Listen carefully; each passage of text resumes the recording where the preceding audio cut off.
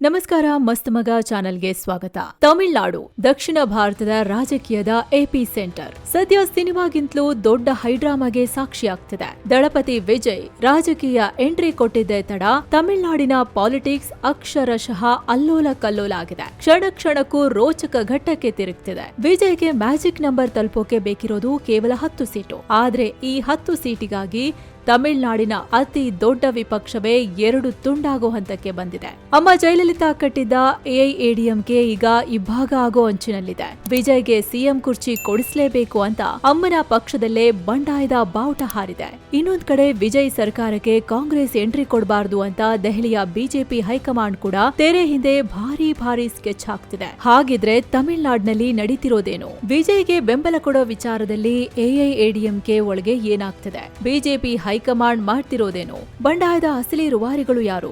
EPS ಸಿಕ್ಕಿಬಿದ್ದಿರೋ ಧರ್ಮ ಸಂಕಟ ಏನು? ಇವತ್ತಿನ ರಿಪೋರ್ಟ್ ನಲ್ಲಿ ಈ ಕಂಪ್ಲೀಟ್ ಪಾಲಿಟಿಕ್ಸ್ ಅನ್ನ ಎಳೆಯಾಗಿ ಬಿಚ್ಚಿಡ್ತೀವಿ, ನೋಡ್ತಾ ಇರಿ. ವಿಜಯ್ಗೆ 10ರ ಟೆನ್ಷನ್, ಮಿಸ್ ಆಯ್ತು ಮ್ಯಾಜಿಕ್ ನಂಬರ್, ಕಾಂಗ್ರೆಸ್ ಜೊತೆ ದಳಪತಿ ಡೀಲ್. ಸ್ನೇಹಿತರೆ, ಮೊದಲು ನಂಬರ್ ಗೇಮ್ ಅರ್ಥ ಮಾಡ್ಕೊಳ್ಳೋಣ. ತಮಿಳುನಾಡು ವಿಧಾನಸಭೆಯ ಒಟ್ಟು ಬಲ 234. ಒಂದು ಪಕ್ಷ ಸರ್ಕಾರ ರಚನೆ ಮಾಡಬೇಕು ಅಂದ್ರೆ ಬೇಕಾಗಿರೋ ಮ್ಯಾಜಿಕ್ ನಂಬರ್ 118. ದಳಪತಿ ವಿಜಯ್ ಅವರ ತಮಿಳಿಗ ವೆಟ್ರಿ ಕಳಗಂ ಟಿವಿಕೆ ಪಕ್ಷ ಭರ್ಜರಿ ಪ್ರದರ್ಶನ ನೀಡಿದೆ. ಆದ್ರೆ ಅವರು ಗೆದ್ದಿರೋದು 108 ಸೀಟುಗಳು ಮಾತ್ರ. ಅಂದ್ರೆ ಬಹುಮತಕ್ಕೆ ಕೇವಲ 10 ಸೀಟುಗಳ ಕೊರತೆ ಇದೆ. ಈ 10 ಸೀಟ್ಗಳನ್ನ ಯಾರು ಕೊಡ್ತಾರೆ? ಇಲ್ಲೇ ನೋಡಿ ಅಸಲಿ ಆಟ ಶುರುವಾಗೋದು. ವಿಜಯ್ಗೆ 10 ಶಾಸಕರು ಬೇಕು. ಇದಕ್ಕಾಗಿ ಮೈತ್ರಿ ಸರ್ಕಾರ ರಚನೆ ಮಾಡೋದು ಅನಿವಾರ್ಯ ಆಗಿದೆ. ಇದಕ್ಕಾಗಿ ವಿಜಯ್ ಅಧಿಕೃತವಾಗಿ ಕಾಂಗ್ರೆಸ್ ನಾಯಕರ ಬಳಿ ಬೆಂಬಲ ಕೇಳಿದ್ದಾರೆ. ವಿಜಯ್ ಮನವಿ ಮಾಡ್ತಿದ್ದ ಹಾಗೆ ಎಐಸಿಸಿ ಪ್ರಧಾನ ಕಾರ್ಯದರ್ಶಿ ಕೆಸಿ ವೇಣುಗೋಪಾಲ್ ರಾಜ್ಯ ಘಟಕಕ್ಕೆ ಅಂತಿಮ ನಿರ್ಧಾರ ತೆಗೆದುಕೊಳ್ಳೋಕೆ ಸೂಚನೆ ಕೊಟ್ರು. ಕೂಡಲೇ ತಮಿಳುನಾಡು ಕಾಂಗ್ರೆಸ್ ಕಮಿಟಿ ಟಿವಿಕೆಗೆ ಬೆಂಬಲ ಕೊಡೋಕೆ ಒಮ್ಮತದ ನಿರ್ಣಯ ಪಾಸ್ ಮಾಡಿದೆ. ಆದ್ರೆ ಕಾಂಗ್ರೆಸ್ ಇಲ್ಲಿ ಫ್ರೀಯಾಗಿ ಬೆಂಬಲ ಕೊಡ್ತಿಲ್ಲ. ವಿಜಯ್ ಸರ್ಕಾರದಲ್ಲಿ ನಮಗೂ ಪಾಲು ಬೇಕು ಅಂತ ಡಿಮ್ಯಾಂಡ್ ಇಟ್ಟಿದೆ. ಹೊಸ ಕ್ಯಾಬಿನೆಟ್ ನಲ್ಲಿ ಕಾಂಗ್ರೆಸ್ಗೆ 2 ಸಚಿವ ಸ್ಥಾನ ಬೇಕು, ಜೊತೆಗೆ ಕೆಲವು ಪ್ರಮುಖ ನಿಗಮ ಮಂಡಳಿಗಳ ಅಧ್ಯಕ್ಷ ಸ್ಥಾನವನ್ನು ಕೊಡಬೇಕು ಅಂತ ಕಾಂಗ್ರೆಸ್ ಪಟ್ಟು ಹಿಡಿದಿದೆ ಎನ್ನಲಾಗ್ತಿದೆ. ಆದ್ರೆ ವಿಜಯ್ ಜೊತೆ ಕೈ ಜೋಡಿಸೋಕೆ ಕಾಂಗ್ರೆಸ್ ಮತ್ತು ಎಡಪಕ್ಷಗಳು ತುದಿಗಾಲಲ್ಲಿ ನಿಂತಿವೆ. ಯಾಕಂದ್ರೆ ವಿಜಯ್ ಜೊತೆ ಹೋದ್ರೆ ಅಧಿಕಾರ ಸಿಗುತ್ತೆ ಅನ್ನೋದು ಅವರ ಲೆಕ್ಕಾಚಾರ. ಆದ್ರೆ ಇದನ್ನ ತಡೆಯೋಕೆ ಎಂಟ್ರಿ ಕೊಟ್ಟಿರೋದು ಕಮಲ ಪಾಳೆಯ. Delhi direction, Chennai action. ಕೈ ಕಟ್ ಮಾಡೋಕೆ ಕಮಲ ಸ್ಕೆಚ್.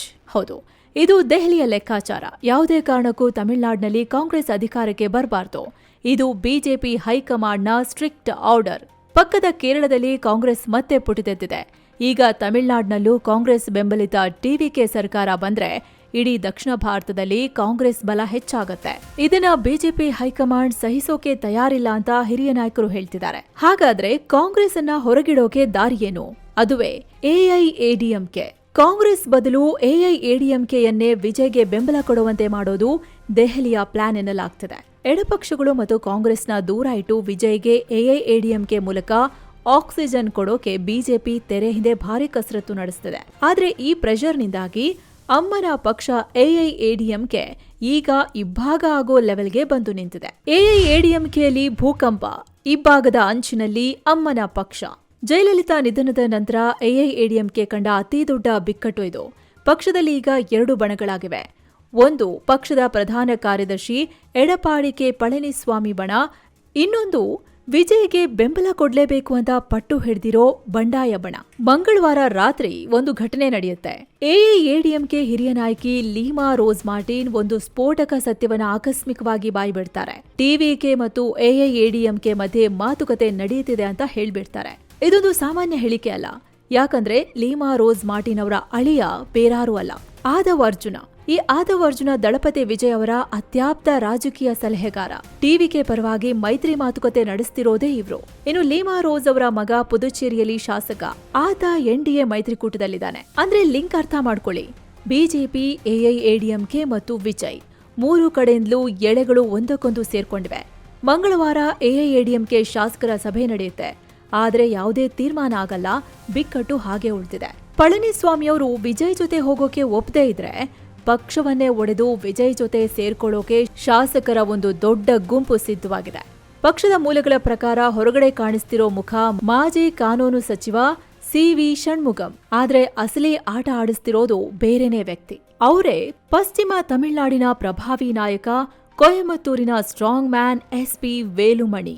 ಹಣ ಮತ್ತು ತೋಳ್ಬಲಕ್ಕೆ ಹೆಸರಾಗಿರೋ ವೇಲುಮಣಿಗೆ ದೆಹಲಿ ನಾಯಕರ ಜೊತೆ ನೇರ ಸಂಪರ್ಕ ಇದೆ. ಅವರ ಜೊತೆಗೆ ಮಾಜಿ ಆರೋಗ್ಯ ಸಚಿವ ಸಿ ವಿಜಯಭಾಸ್ಕರ್ ಮತ್ತು ಶಾಸಕ ಕಾಮರಾಜ್ ಕೂಡ ಕೈ ಜೋಡಿಸಿದ್ದಾರೆ. ಪಕ್ಷದ ಒಳಗಿನವರೇ ಹೇಳುವಂತೆ ಷಣ್ಮುಗಂ ಕೇವಲ ಮುಖವಾಡ ಅಷ್ಟೇ. ವೇಲುಮಣಿಯೇ ಇದರ ಹಿಂದಿನ ಅಸಲಿ ಶಕ್ತಿ. ಅವರ ಬಳಿ ದೊಡ್ಡ ಮಟ್ಟದ ಸಂಖ್ಯಾಬಲ ಇದೆ. ಲೆಕ್ಕಾಚಾರ ಹೇಗಿದೆ ಗೊತ್ತಾ? ಎಐಎಡಿಎಂಕೆಯಲ್ಲಿ ಸದ್ಯ 47 ಶಾಸಕರಿದ್ದಾರೆ. ಒಬ್ಬ ಶಾಸಕ ಹೇಳೋ ಪ್ರಕಾರ ಬರೀ ವೇಲುಮಣಿ ಒಬ್ರೆ 21ಕ್ಕೂ ಹೆಚ್ಚು ಶಾಸಕರನ್ನ ಕಂಟ್ರೋಲ್ ಮಾಡ್ತಾರೆ. ಇನ್ನು ಷಣ್ಮುಗಂ ಅವ್ರ ಜೊತೆ 10ಕ್ಕೂ ಹೆಚ್ಚು ಶಾಸಕರಿದ್ದಾರೆ. ಕೇವಲ 10 ಶಾಸಕರು ಪಕ್ಷದ ನಿಷ್ಠರಾಗಿ ಇಪಿಎಸ್ ಜೊತೆ ಉಳಿಬಹುದು ಅಷ್ಟೇ. ಬುಧವಾರದ ಸಭೆಯಲ್ಲಿ ಏನಾದ್ರೂ ಒಪ್ಪಂದ ಆಗಿಲ್ಲ ಅಂದ್ರೆ ಈ ಬಂಡಾಯ ಶಾಸಕರು ಪಕ್ಷ ಒಡೆದ್ರೂ ಪರವಾಗಿಲ್ಲ, ನಾವು ವಿಜಯ್ಗೆ ಬೆಂಬಲ ಕೊಡ್ತೀವಿ ಅಂತ ನಿರ್ಧಾರ ಮಾಡಿದ್ದಾರೆ. ವಿಜಯ್ಗೆ ಬೇಕಾಗಿರೋದು ಕೇವಲ 10 ಶಾಸಕರು. ಇಲ್ಲಿ ನೋಡಿದ್ರೆ 30ಕ್ಕೂ ಹೆಚ್ಚು ಶಾಸಕರು ವಿಜಯ್ ಕ್ಯಾಂಪ್ಗೆ ಹೋಗೋಕೆ ರೆಡಿಯಾಗಿದ್ದಾರೆ. ಇಪಿಎಸ್ ಹಿಂದೇಟು ಯಾಕೆ? ಸಿಎಂ ಆಗಿದ್ದವರ ಡೆಪ್ಯೂಟಿ ಸಂಕಟ. ಹಾಗಾದ್ರೆ ಶಾಸಕರೆಲ್ಲ ಒಪ್ಪುವಾಗ ಪಾರ್ಟಿ ಬಾಸ್ ಪಳನಿಸ್ವಾಮಿ ಯಾಕೆ ಹಿಂದೇಟಾಗ್ತಿದ್ದಾರೆ? ಇದು ಕೇವಲ ರಾಜಕೀಯ ಲೆಕ್ಕಾಚಾರ ಅಲ್ಲ, ಪ್ರತಿಷ್ಠೆಯ ಪ್ರಶ್ನೆ. ಪಳನಿಸ್ವಾಮಿ ಅವರು ಈ ಹಿಂದೆ ತಮಿಳುನಾಡಿನ ಮುಖ್ಯಮಂತ್ರಿ ಆಗಿದ್ದವರು. ಎಐಎಡಿಎಂಕೆ ಅನ್ನೋದು ದಶಕಗಳ ಇತಿಹಾಸ ಇರೋ ಅತಿ ದೊಡ್ಡ ಪಕ್ಷ. ಆದ್ರೆ ವಿಜಯ್ ಈಗಷ್ಟೇ ರಾಜಕೀಯಕ್ಕೆ ಬಂದಿರೋ ಹೊಸಬ್ರು. ಒಬ್ಬ ಮಾಜಿ ಸಿಎಂ ಆಗಿ ಈಗಷ್ಟೇ ರಾಜಕೀಯಕ್ಕೆ ಬಂದಿರೋ ನಾಯಕನ ಕೈ ಕೆಳಗೆ ಕೆಲಸ ಮಾಡೋದಾ ಅನ್ನೋದು ಇಪಿಎಸ್ ಅವರ ಅಹಮ್ಮಿನ ಪ್ರಶ್ನೆ. ಮೈತ್ರಿ ಆದ್ರೂ ಕೂಡ ಇಪಿಎಸ್ಗೆ ಸಿಗೋದು ಉಪಮುಖ್ಯಮಂತ್ರಿ ಪಟ್ಟ ಮಾತ್ರ, ಜೊತೆಗೆ ಕೆಲವು ಸಚಿವ ಸ್ಥಾನಗಳು. ನಾನೇ ಬಾಸ್ ಆಗಿದ್ದ ಜಾಗದಲ್ಲಿ ಈಗ ಇನ್ನೊಬ್ಬರ ಕೆಳಗೆ ಡೆಪ್ಯೂಟಿ ಆಗಿರ್ಬೇಕಾ ಅನ್ನೋದು ಅವರ ಸಂಕಟ. ಆದ್ರೆ ಶಾಸಕರ ವಾದನೆ ಬೇರೆ ಇದೆ. ಅವರದು ಪಕ್ಕಾ ಪ್ರಾಕ್ಟಿಕಲ್ ಲೆಕ್ಕಾಚಾರ. ನೋಡಿ, ಜನ ವಿಜಯ್ಗೆ ವೋಟ್ ಹಾಕಿದ್ದಾರೆ, ಟಿವಿಕೆ ಅವರೇ ನಮ್ಮ ಹತ್ರ ಬಂದು ಬೆಂಬಲ ಕೇಳ್ತಿದ್ದಾರೆ. ಹಾಗಿದ್ದಾಗ ನಾವ್ಯಾಕೆ ಹೊರಗಡೆ ಕೂರ್ಬೇಕು ಅಂತ ಶಾಸಕರು ಕೇಳ್ತಿದ್ದಾರೆ. ಇನ್ನೊಂದು ಮುಖ್ಯವಾದ ಪಾಯಿಂಟ್ ಅಂದ್ರೆ ವಿಜಯ್ ಅವರಿಗೆ ಆಡಳಿತದ ಅನುಭವ ಇಲ್ಲ. ಹೀಗಾಗಿ ಮೈತ್ರಿ ಸರ್ಕಾರ ಬಂದ್ರೆ ಆಡಳಿತದಲ್ಲಿ ಎಐಎಡಿಎಂಕೆಯ ಹಿರಿಯ ನಾಯಕರದ್ದೇ ಮೇಲುಗೈಯಾಗತ್ತೆ. ಪ್ರಮುಖ ಖಾತೆಗಳು ನಮಗೇ ಸಿಗುತ್ತೆ ಅನ್ನೋದು ಬಂಡಾಯ ಶಾಸಕರ ಲೆಕ್ಕಾಚಾರ. ಮುಂದೇನು? ರಾಜ್ಯಪಾಲರ ನಡೆ ಏನು? ಕುತೂಹಲದ ಕ್ಲೈಮ್ಯಾಕ್ಸ್. ಈಗ ಚೆಂಡು ಯಾರ ಅಂಗಳದಲ್ಲಿದೆ? ಎಲ್ಲರ ಕಣ್ಣು ಈಗ ಚೆನ್ನೈನ ರಾಜಭವನದ ಮೇಲಿದೆ. ಆದ್ರೆ ತಮಿಳುನಾಡು ರಾಜ್ಯಪಾಲ ಆರ್.ವಿ. ಅರ್ಳೇಕರ್ ಮಾತ್ರ ಅಳೆದು ತೂಗಿ ಹೆಜ್ಜೆ ಇಡ್ತಿದ್ದಾರೆ. ಉನ್ನತ ಮೂಲಗಳ ಪ್ರಕಾರ ರಾಜ್ಯಪಾಲರು ಈಗಲೇ ಚೆನ್ನೈಗೆ ಬರೋ ಲಕ್ಷಣ ಇಲ್ಲ. ಯಾಕಂದ್ರೆ ವಿಜಯ್ ಅವರು 118 ಶಾಸಕರ ಸ್ಪಷ್ಟ ಬೆಂಬಲವನ್ನ ಸಾಬೀತುಪಡಿಸೋವರೆಗೂ ರಾಜ್ಯಪಾಲರು ಕಾಯೋ ತಂತ್ರಕ್ಕೆ ಮೊರೆ ಹೋಗಿದ್ದಾರೆ. ಯಾವುದೇ ಗೊಂದಲ ಇಲ್ಲದೆ ವಿಜಯ್ ಮ್ಯಾಜಿಕ್ ನಂಬರ್ ತೋರಿಸಿದ ಮೇಲೆ ಮಾತ್ರ ಮುಂದಿನ ಪ್ರಕ್ರಿಯೆ ಶುರುವಾಗಲಿದೆ. ಒಟ್ನಲ್ಲಿ ತಮಿಳುನಾಡು ರಾಜಕೀಯ ಕ್ಷಣ ಕ್ಷಣಕ್ಕೂ ರೋಚಕ ತಿರುವು ಪಡೀತಿದೆ. ಒಂದ್ ಕಡೆ ಮ್ಯಾಜಿಕ್ ನಂಬರ್ಗಾಗಿ ವಿಜಯ್ ಕಾಯ್ತಿದ್ದಾರೆ, ಇನ್ನೊಂದ್ ಕಡೆ ಕಾಂಗ್ರೆಸ್ ಅನ್ನ ಹೊರಗಿಡೋಕೆ ದೆಹಲಿಯಿಂದ ಬಿಜೆಪಿ ಹೈಕಮಾಂಡ್ ಸ್ಕೆಚ್ ಹಾಕ್ತಿದೆ. ಮತ್ತೊಂದೆಡೆ 5 ದಶಕಗಳ ಇತಿಹಾಸ ಇರೋ ಎಐಎಡಿಎಂಕೆ ಇಬ್ಬಾಗ ಆಗೋ ಲೆವೆಲ್ಗೆ ಬಂದು ನಿಂತಿದೆ. ಮುಂದಿನ 24ರಿಂದ 48 ಗಂಟೆಗಳು ತಮಿಳುನಾಡಿನ ಭವಿಷ್ಯವನ್ನ ನಿರ್ಧಾರ ಮಾಡಲಿವೆ. ವಿಜಯ್ ಸಿಎಂ ಆಗ್ತಾರಾ? ಎಐಎಡಿಎಂಕೆ ಒಡೆಯುತ್ತಾ ಅಥವಾ ದೆಹಲಿಯ ಪ್ಲಾನ್ ವರ್ಕೌಟ್ ಆಗುತ್ತಾ? ಎಲ್ಲದಕ್ಕೂ ಕಾಲನೇ ಉತ್ತರ ಕೊಡಬೇಕು. ಇದಾಗಿತ್ತು ಈ ಹೊತ್ತಿನ ವಿಶೇಷ ಮಾಹಿತಿ. ತಮಿಳುನಾಡಿನ ಈ ಪೊಲಿಟಿಕಲ್ ಹೈಡ್ರಾಮಾ ಬಗ್ಗೆ ನಿಮ್ಮ ಅನಿಸಿಕೆ ಏನು? ವಿಜಯ್ ಜೊತೆ ಎಐಎಡಿಎಂಕೆ ಕೈ ಜೋಡಿಸೋದು ಸರಿನಾ? ಕಮೆಂಟ್ ಮಾಡಿ ತಿಳಿಸಿ. ಮತ್ತಷ್ಟು ಇನ್ ಡೆಪ್ತ್ ಸ್ಟೋರಿಗಳಿಗಾಗಿ ನೋಡ್ತಾ ಇರಿ. ನಮಸ್ಕಾರ.